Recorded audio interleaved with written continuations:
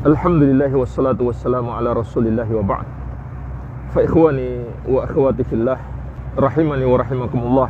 Allah Azza wa Jalla berfirman, "Inna ad-dina 'indallahi al-Islam." Sesungguhnya agama yang Allah ridhoi di sisinya hanyalah Islam. Dan juga Allah Subhanahu wa taala berfirman, "Wa may yabtaghi ghairal islami dinan fala yuqbala min wa huwa fil akhirati minal khasirin." Barang siapa mencari selain Islam sebagai agama baginya, tidak akan diterima daripadanya, dan dia di akhirat kelak termasuk orang-orang yang merugi. Jemaah sekalian, mengapa hanya Islam agama yang Allah ridhoi, dan selain Islam ditolak oleh Allah Subhanahu wa taala? Sebab terbesarnya adalah karena hanya Islam agama yang mengajarkan kepada para hamba untuk menunaikan hak Allah Azza wa Jalla yang paling agung, yaitu ditauhidkan dan tidak dipersekutukan. Tauhid itu artinya kita murnikan ibadah hanya untuk Allah semata-mata, dengan keyakinan hanya Allah yang berhak disembah, dan semua yang disembah selain Dia adalah batil.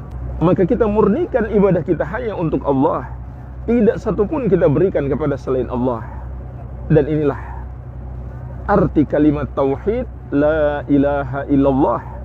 Tatkala seorang masuk Islam, dia diminta, dituntut, diperintahkan pertama sekali untuk mengucapkan ikrar terhadap kalimat tauhid ini, yaitu dengan mengucapkan asyhadu an la ilaha illallah. Aku bersaksi tidak ada yang berhak disembah kecuali Allah Subhanahu wa taala. Inilah inti daripada ajaran Islam yang tidak ada pada agama-agama yang lainnya.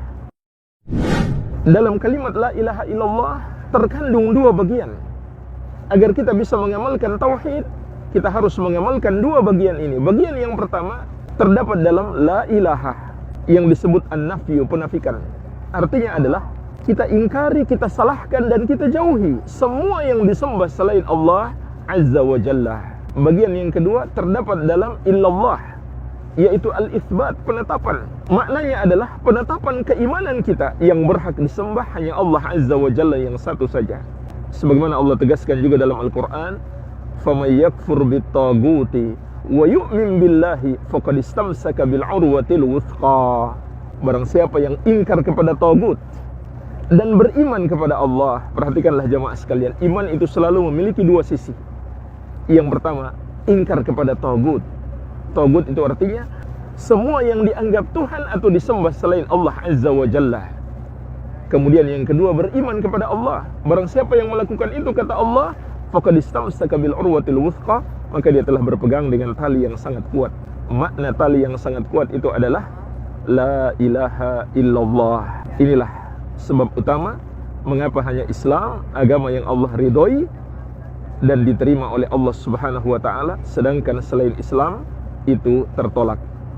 Semoga Allah Azza wa Jalla senantiasa menguatkan kita di atas agamanya sampai kita berpisah dengan kehidupan dunia ini. Wabillahi taufiq. Pelopor bagian sunnah Asia Tenggara.